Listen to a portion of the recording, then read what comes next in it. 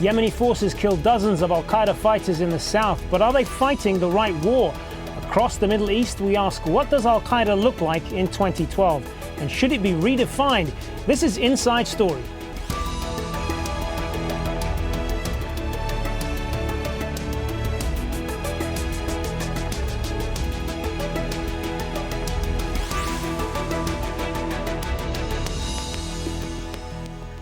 Hello and welcome to the program. I'm Hazem Seeker. Well, Yemen's military, backed by US drones, has launched a major offensive in Abyan province in the south.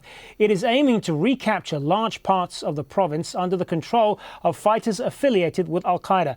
We'll talk about what this fight means for al-Qaeda and the forces battling to defeat them, as well as how much the group has evolved in the years since the 9/11 attacks of 2001. First, from Sana'a, Hashim Al-Barra reports. Yemeni army troops advance towards towns controlled by a group they say is linked to al-Qaeda. These soldiers and pro-government tribal fighters say they're determined to uproot these fighters and affiliates from large areas of southern Yemen. Bodies of fighters from a group called Ansar al-Sharia lie on the battlefield. The army says defeating them is just a matter of time. We've conducted a major offensive in Abyan and we've killed many terrorists. We've also seized a huge quantity of weapons and ammunition and we've destroyed their vehicles. The fighting is raging in Abyan and Loda, a campaign supported by the United States and its armed drones. The army's recent gains don't compare to the ground these fighters say they gained when the country's popular uprising weakened the central government last year. And this is where they struck back, many kilometers away from the battlefields in the heart of Yemen's capital.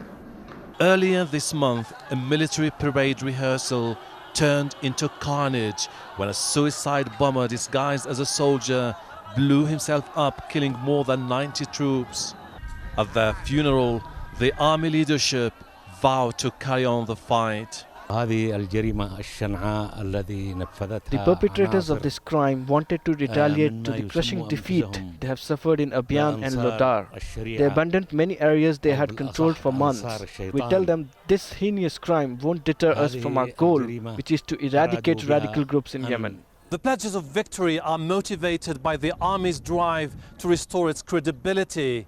Its prestige was tarnished when it clamped down on civilians during the mass protest movement against the former president Ali Abdullah Saleh. Hundreds of protesters were killed by security forces. But the attack on the soldiers in the capital has outraged the Yemeni public, and the military might find it has more popular support as it presses up against the men it calls al-Qaeda in the south. Hashim Al-Barra, Al Jazeera, Sana'a.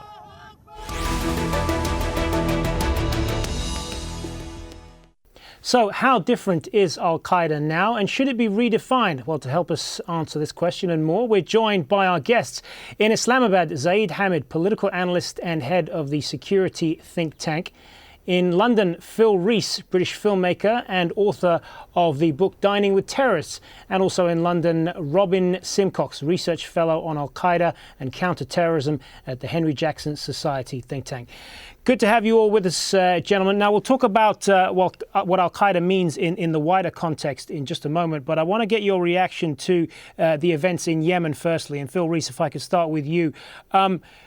Does this stepping up of the attack, of the offensive against al-Qaeda make Yemen and by extension the United States any safer, as they clearly believe, or is it counterproductive? Will it create more enemies? Well, I think the tactic of drones has created more enemies around the world, but I think the United States realizes that al-Qaeda in the Arabian Peninsula is the best organized al-Qaeda franchise. It has a very disciplined, very organized setup, and because it also has been under the influence of people like Anwar al-Awlaki, though he was killed last year, the American-born cleric, it had a lot of influence with people in the West. So I think that for the United States now, al-Qaeda in the Arabian Peninsula, that is in the Yemen, is their, as it were, primary target in terms of al-Qaeda globally. Do you agree with that, Robin Simcox? Is al-Qaeda in Yemen the biggest threat at the moment to the United States? Absolutely. I think al-Qaeda in Yemen is not only the biggest threat to the United States, I think it's the most dangerous al-Qaeda organization franchise in the world today. The problem of drone strikes, give us some examples. Well, if you think of, from the Western point of view, the cargo bomb plot, where explosives were stored in printers. Umar Farouk Abdul-Muttalib of Christmas Day 2009 tried to blow up a plane heading to the US. We've also had a plot foiled just in the last month or so, in which a double agent infiltrated an al-Qaeda cell. But in terms of also to the people of Yemen, the suicide bombing in Sana'a a couple of weeks ago has shown the huge operational ability al-Qaeda have to project outside of their bases in southern Yemen, where they are extremely strong. This is a organized, ambitious unit, and one that we should be, I think, very wary of. But there are many people, Robin Simcox, who believe that Yemen's economic and social problems at the moment pose a much greater threat to the country than al-Qaeda, and until those issues addressed, then al-Qaeda as it exists will never be defeated. I think there's definitely something in that. The economic and social problems, I think, have been a huge problem in terms of al-Qaeda being able to recruit. For example, the central government's inability to provide basic provisions has allowed al-Qaeda and its wing Ansar al-Sharia to gain a modicum of support domestically. But at the same time, I don't think we can completely criticize the drones program, because if you think of personality strikes like that on Anwar al-Awlaki, which we've previously mentioned, al-Awlaki was an extremely dangerous individual in terms of propagating al-Qaeda's ideology and its message in the West. And I don't really see an equivalent. You're not going to send in US troops to be able to detain al-Awlaki. So there aren't that many good options really here, and drones are unfortunately perhaps one of the best when it comes to that sort of individual. Ziad Hamid, as we redefine al-Qaeda here, is the United States and the other Western powers, by extension, going about this the wrong way? Are their efforts here being misdirected? You see, I would like to differ with two of my friends present here. I have spent 7 years in Afghanistan fighting against the Soviets with the same Arabs whom you call al-Qaeda today. I have a credibility of spending time with these men who have defeated the Soviet Union. And on the basis of my experience, I can very clearly say that there is no such thing as al-Qaeda which exists today, which is the biggest mass deception, just like the weapons of mass destruction, the phantom that was created to create a pretext for attacking Iraq. Similarly, the concept of al-Qaeda. In Pakistan, the drone warfare is going on, but there is no al-Qaeda here. There is Tehreek-e-Taliban Pakistan, which is an insurgent group backed by the Americans, CIA, and the Indian intelligence RAW. And the Afghan Taliban. There is no al-Qaeda here, but the Americans are still creating a justification for, in the name of al-Qaeda, for waging a drone war in Pakistan. Precisely the same. Al-Qaeda, there are so many Arabs who came to Afghanistan to fight the Soviets. They went back to their countries. And generally a brand name is given to all those Arabs who are either angry with their governments or who are not happy with, or they want to bring a change in their society or bring an Islamic system into those places. Some of them are useful idiots. Some of them are planted by the foreign intelligence agencies. And where the so-called al-Qaeda does not exist, CIA, MI6 create such assets. For example, in Basra, British SAS were caught planting car bombs to ignite a sectarian war in Basra, which would be attributed to so-called a phantom al-Qaeda. This is a documented fact. That particular event was caught, hence recorded. There have been so many operations like these where CIA or SAS have been involved in creating characters like Ayman al-Zawahiri or Abu Musab al-Zarqawi, who in reality were actually paid and backed by the Foreign Secret Service, giving you the example of Libya now, where the man who's head of the Libyan resistance is a former Afghan resistance, or I would say a former al-Qaeda. So, and he has been backed by the NATO. I have seen the videos, I have seen the footage where the Arabs, where the Libyan resistance is slaughtering, actually beheading the Libyan troops exactly in the same manner in which you call al-Qaeda. But in reality, the Libyan resistance was backed by the Americans and NATO big time. The same Anwar Awlaki, which my friend is referring here, Webster Tapley, one of the alternate political commentator in America, has shown Zaid Hamid, you bring up a number of countries there where al-Qaeda is an issue, and we're going to talk a little bit more about that now. The fact that al-Qaeda is thought to have underground cells in dozens of countries. Now, al-Qaeda in the Arabian Peninsula, as we mentioned earlier, covers Saudi Arabia and Yemen. It was formed in 2009 when groups from the two countries joined forces. And in Iraq, al-Qaeda was formed in 2004 after the US invasion in 2003. It has been responsible for many attacks there. Al-Qaeda has also had a long presence in East Africa, carrying out attacks on the US embassies in Kenya and Tanzania. Al-Shabaab in Somalia has been waging an insurgency against the fragile interim government since 2007 and formally became part of al-Qaeda earlier this year. It controls much of southern and central Somalia. Al-Qaeda in the Islamic Maghreb has been most active in Algeria, but it has spread across the Sahara Desert to Mali and Niger. The tribal areas of the Afghanistan-Pakistan border are the most well-known of Al-Qaeda strongholds, and it has been thought to be cooperating with the Taliban and was given sanctuary in Afghanistan. So a geographic picture there of what is largely viewed as where al-Qaeda is thought to exist, and I know Zaid Hamid, you've already said you don't believe in this concept, but and I will turn back to you in just a moment. But for Phil Rees, if I can turn back to you on this, are we looking at this the wrong way? I mean, how much has al-Qaeda involved? Is it now this basic loose knit network of local groups, and we've put al-Qaeda in there as just basically a catch-all term? Well, I mean, I think my colleague in Islamabad makes certainly a fair point in this regard, that the word can be used by Western security agencies to conjure up fear and to create the politics of fear in Western nations. And indeed, certain groups that are known as part of al-Qaeda are in fact assets of nation states. We have the Haqqani network linked to the Taliban, of course, which is a Pakistan state asset largely. We've got Saudi Arabia that many times uses al-Qaeda and groups linked to it to further its national policies. So to some extent, that's one aspect of it. But I think there's a more interesting historical reality here, and that is that during the 1980s, an idea developed, a very potent idea, the idea of jihad. It had remained dormant for in fact almost centuries. And this idea was, of course, at that time also used by the United States, by Saudi Arabia for their foreign policy goals.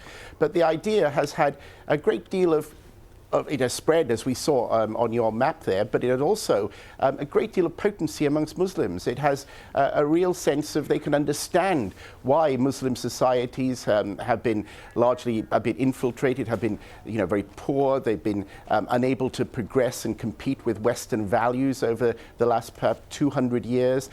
So this I mean, I see al-Qaeda as basically a kind of a jihadist philosophy that does actually rally people and gives Islamic credence to resisting the West, and to do that using violence. So it has created, in my view, quite a cogent ideology that does have appeal in many places. So in that sense, al-Qaeda hasn't got a control and command structure. It certainly does in some franchises, and we said that in Yemen earlier, but by and large, it's an idea that can motivate, a Sharia-based idea that can motivate different groups who are resisting either occupation or an autocratic rule. Robin Simcox, is al-Qaeda basically an ideology, a set of ideas, rather than a specific group with an organizational structure, as Phil Rees said?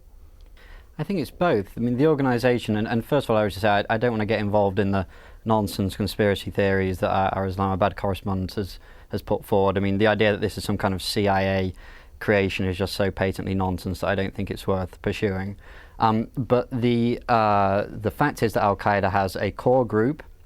These are members of, they identify themselves as members of al-Qaeda that is based in Pakistan with a strong, varying degrees of strength franchises in the likes of Iraq, Yemen, Somalia, and the Islamic Maghreb, as they called it. But it is also an ideology, and you see this especially in the West, where the idea of al-Qaeda, the idea of their violent extremist message, has at some level resonated with Western-born young Muslims who have been inspired by the idea of al-Qaeda, even if they aren't operationally connected to them, to carry out terrorist attacks, attempted terrorist attacks in the West, which is why that even if you may be defeating al-Qaeda militarily, and that's debatable, but even if that were the case, you can't crush the organization completely, because the idea they've helped put into the discourse about jihad is so strong and holds such resonance amongst a tiny percentage of the Muslim world, but with enough to make it a security threat.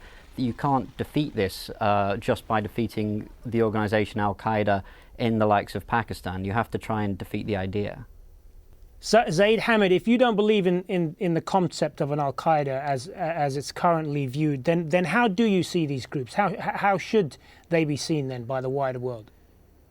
You see, what is happening is, for example, giving you the example of Algeria, in 90s, when the Afghan jihad ended, lots of Algerians went back to their country and they formed FIS, F-I-S, the political organization. They participated in the elections.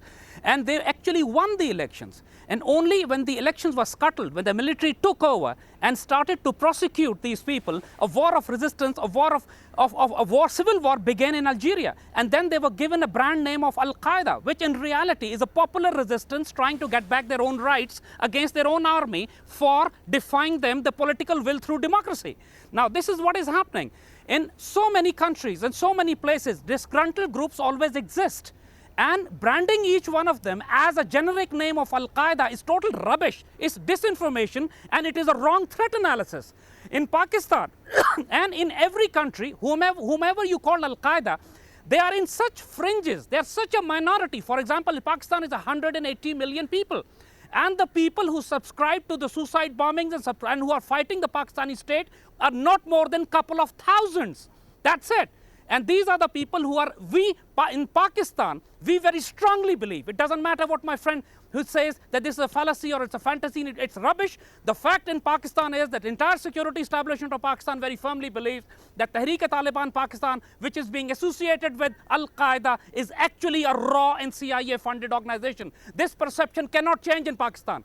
This al-Qaeda, so-called al-Qaeda, whom we call, is waging a war on Pakistan. It's not waging a war on America. It's not waging a war on the Western countries. 100,000 Pakistanis have been killed or wounded. 120,000 strong Pakistan armies deployed against them. This is not deployed against Arab al-Qaeda. This is deployed against a local terrorist group which is called al-Qaeda by the Western sources, like you said, Haqqani Network. Haqqani Network is an Afghan resistance group whom Ronald Reagan has compared with the founding fathers of Afghanistan. He's the same Haqqani. Haqqani has not changed. He was a freedom fighter then, and he's fighting a wall of liberation now. I want to move on from this a little bit now and talk about the wider concept of al-Qaeda and how it's evolved over the last 10 years. But I know, Robin Simcox, I saw you shaking your head there a moment ago. You want to respond to what you just heard? Well, it barely doesn't need a response because it's not a serious point. I mean, the idea that the CIA have created al-Qaeda. I mean, yes, al-Qaeda does target, and militant groups do target Pakistan. Pakistan has been on the receiving end of huge amounts of terrorist attacks, and I think that's no one would say that's anything other than an awful thing. But let's not kid ourselves. Let's not delude ourselves. I promise my guests that the al-Qaeda, CIA, MI6, whoever, had nothing to do with its creation. This isn't something cooked up in London or Washington. This is a genuine movement, and we can't delude ourselves about that. Phil Rees, if I could turn to you on this, how do you think al-Qaeda has evolved over the last 10 years, particularly since the September 11th attacks? Well, I mean, could I just go back to what a colleague in Islamabad just said about, for example, Algeria and what was going on there? I mean, I witnessed having traveled with jihadists, or with basically resistance fighters, however you want to call them, in Egypt, in Algeria during the 90s, and there are also many from Yemen who'd actually fled their own countries and gathered near Kandahar when Osama bin Laden declared his war on Crusaders and Jews, in 1998. Now, this in some senses was a kind of, well, sort of the formation of al-Qaeda, certainly the next manifestation of it. In my view, it was very understandable, because what they did then was that all of these fighters realized that they weren't able to topple their authoritarian leaders themselves. And why weren't they able to do that? They weren't able to do it because the West was backing them up. So many of these fighters then said, well, we have a legitimate right, therefore, to target the West. So that was another stage, I think, in the development of this broad movement that we use the word al-Qaeda for.